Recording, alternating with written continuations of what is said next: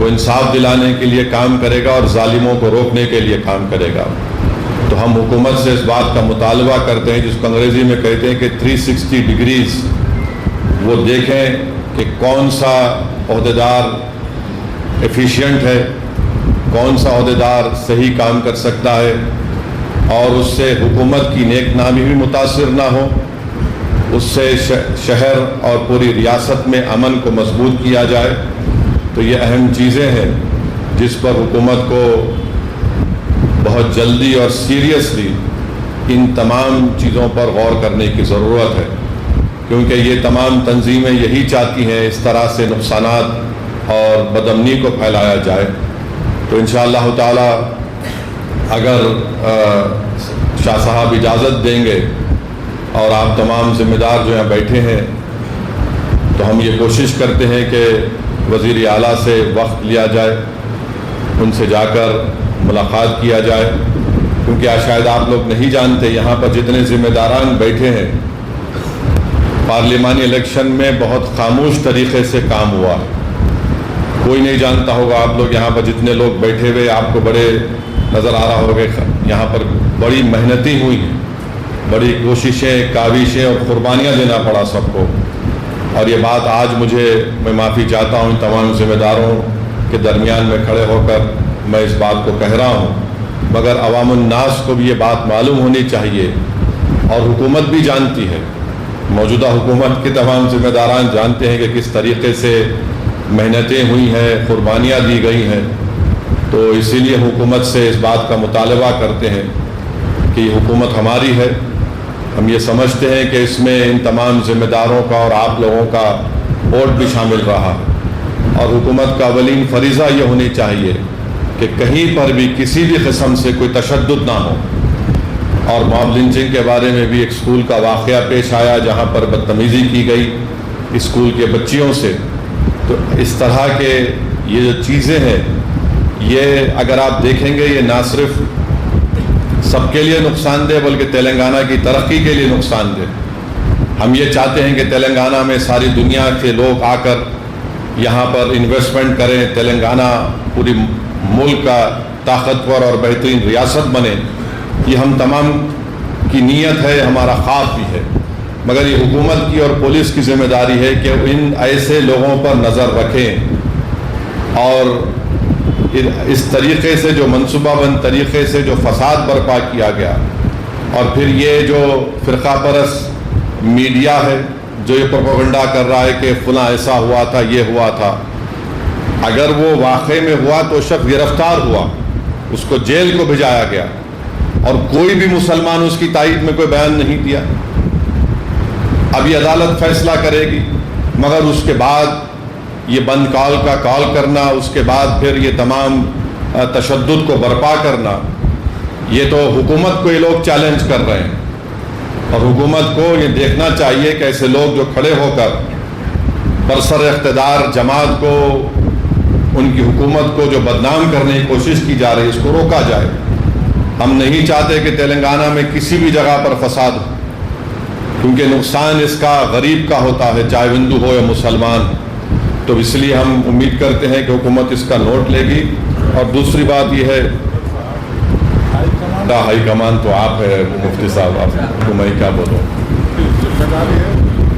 اللہ کا کمانڈ چلتا کسی کا نہیں چلتا, مگر اب یہ ظاہر ہے ان کی پارٹی کے بڑے بڑے قائدین کو دیکھنا ہے. اور آپ دیکھ رہے ہماچل پردیش میں کیا ہو رہا ہے, ایک مسجد ہے وہاں پر, اور برسر اقتدار جماعت کا منسٹر کہہ رہا ہے کہ مسجد کو تو شہید کر دو. یہ صحیح معاملہ ہے کہ آپ حکومت میں ہیں, ایک مسجد کا ایک چھت ڈالا گیا جو آزادی کے وقت کی مسجد ہے, تو اس پر یہ ناراضگی, یہ غصہ, یہ نفرت نہیں ہے تو کیا ہے. تیسری اہم بات یہ ہے کہ جو بی جے پی کی حکومت پورے ملک میں وقف کی جائیداد کا جو بل لے کر آئی ہے, میں صرف مختصر سے الفاظ میں اپنی بات کو بول کر یہاں سے رخصت ہو جاؤں گا, کیونکہ انشاءاللہ تعالی all India Muslim personal law board کی طرف سے شہر حیدرآباد میں ایک بڑے پیمانے پر جلسے عام کا بھی انعقاد عمل میں لایا جائے گا, کیونکہ ابھی شہر میں